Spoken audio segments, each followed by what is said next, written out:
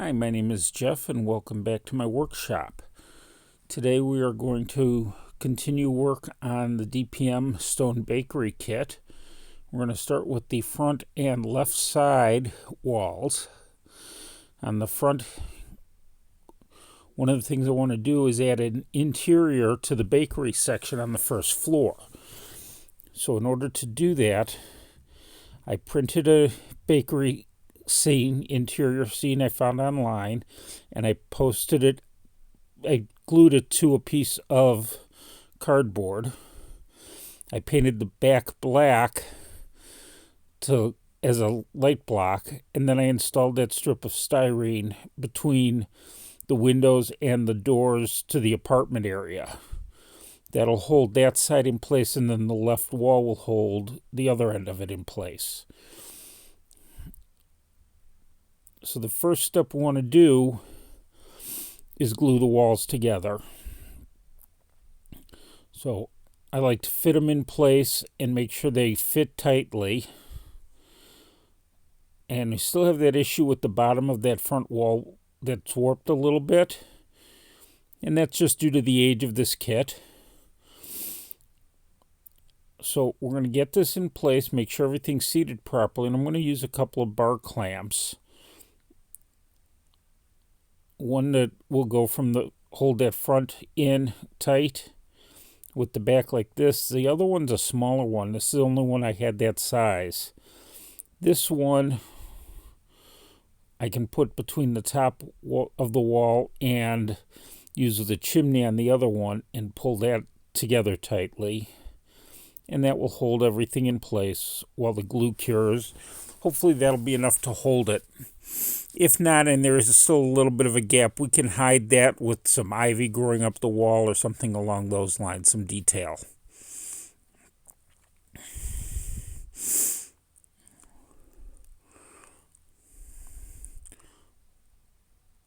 So now just applying styrene cement to this. The cement I'm using is the Fowler Super Expert. One of the things I like about this, among others, is that it also is a strong cement, and it will eat through the paint and bind this through the paint. If you're using another type of cement, you might need to remove the paint before you apply the styrene and assemble this. Once the glue has dried on that corner, we can install the bakery interior, and I'm just using some tacky glue along the edges of the cardboard that holds the photograph. And just apply that to both edges, and if a little bit of it flows onto the back, that's okay, because that'll be up against the styrene and that'll just help it get a little bit tighter bond in there. So with both sides done, we can now slide this into place. And we have that nice curve in there, so when you're looking at it from the front, it'll help give it a three-dimensional look to it.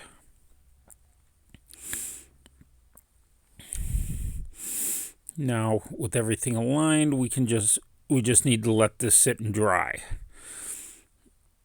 Once that has had time to dry, we'll install a roof over it, which also serves as the floor. But before I do that, I want to install the roof on the building, because that'll help make sure the walls are square. So we'll install the roof here on this, getting it into the grooves for it at the top and on the side wall, with the two openings, cutouts for the chimneys in place there. Once that's in place, then we can use the solvent cement to glue that down.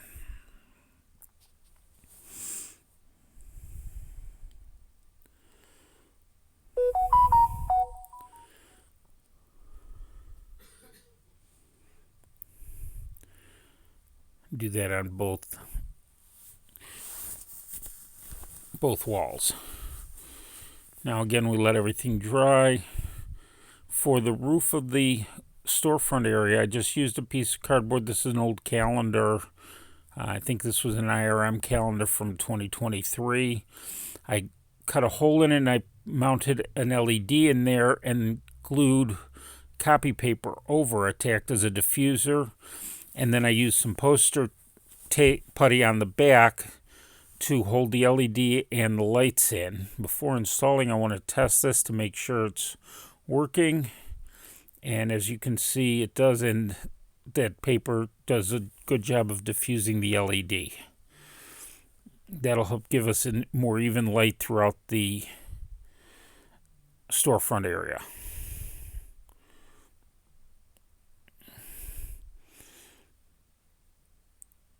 Now let's take a look and see how this looks.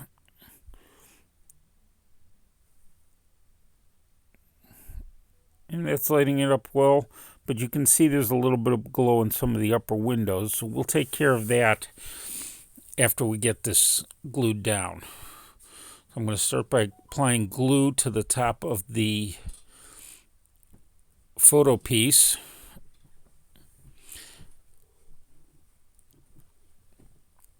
Again, this is just the tacky glue that I've used on a number of projects, but it's good for different types of materials. It's good for paper products and also good for binding paper products to plastic. So I'm also going to apply some to the front and to the left sides so that the roof piece of the little shadow box will be glued to the walls of the building.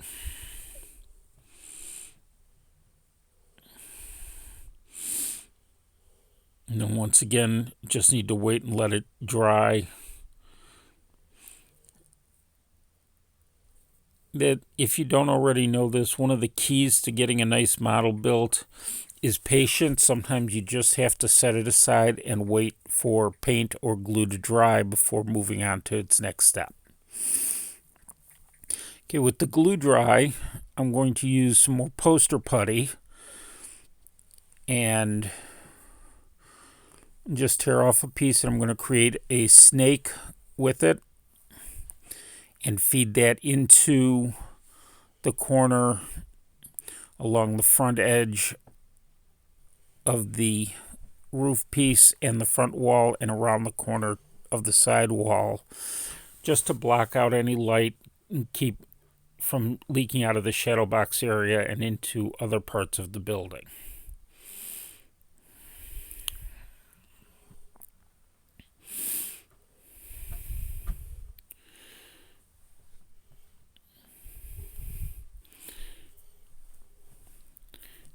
And with that one in, I'm going to take another piece of putty and we're going to do the same thing below the root, the top of the shadow box and around the back of it to prevent light from leaking out there.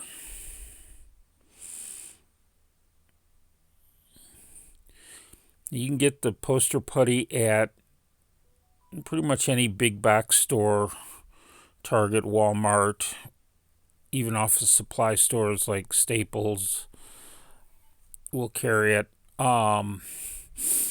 Woodland Scenics also offers something very similar. They call it blackout putty. Theirs is black. It's more expensive than the poster putty, but works just as well, and you can get that at your local hobby shop.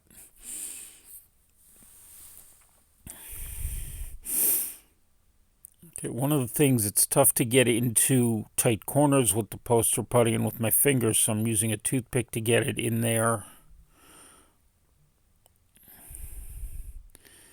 And just to press it down. And one thing you may have noticed that I just noticed as I was doing that is that I had the putty in the wrong spot. It's on the wrong side of the styrene dam that I built, added to support the wall. It needs to actually get between there, because that's where the light will be leaking, and we don't want it visible through the transom window above the door.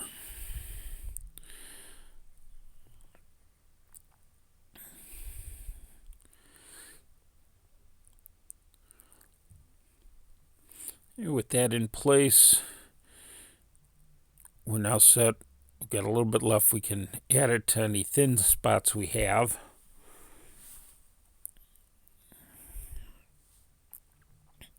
Again, the toothpick just helps press it into place where we need it. By the way, if you're finding this helpful or useful, you're learning something, please make sure you subscribe so you don't miss my next video, and turn on notifications. Also, hit that like button. It only takes a second, but it really does help with the YouTube algorithms. And if there's any projects you'd like to see me do, or anything you think I could have done differently or better, by all means, let me know. Leave a comment. I'd love to hear from you. Okay, with the putty in place, we can now move on to the other side wall and the rear wall. The side wall will just fit into place. I found it easiest to get it against the front wall and then pop it in the side wall into the roof. And you can see it's not quite fitting in correctly, so got to play with it until it does.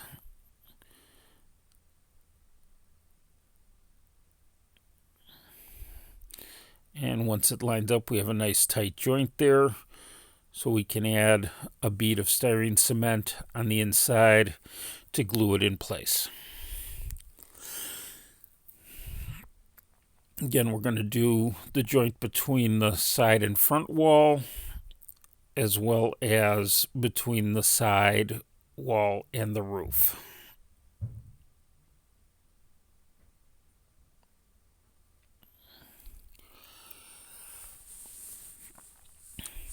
The last step in today's project is going to be to add the back wall, and that just has a tab and slot formation. We can just take those tabs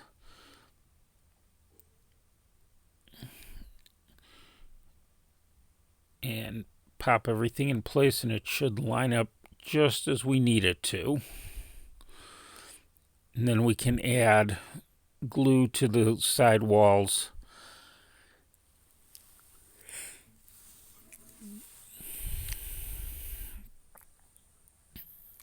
to glue the back and sides together.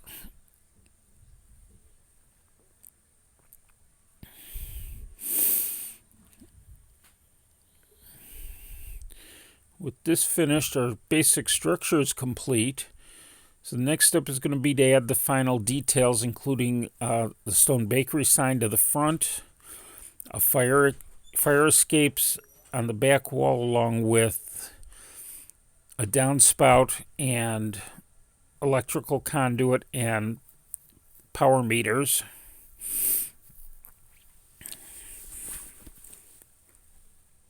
And then we'll add some air conditioners that came with the kit into some of the windows. And we still have a little bit of gap there between that front and left sidewall, so we'll have to add some type of a scenery material or something to hide that gap, and maybe a few other details. We'll also need to build a foundation for it. So we'll see you in the next video. I hope you've enjoyed this. Again, please make sure you hit like, subscribe, and please leave a comment and let me know what you think. Thank you for watching.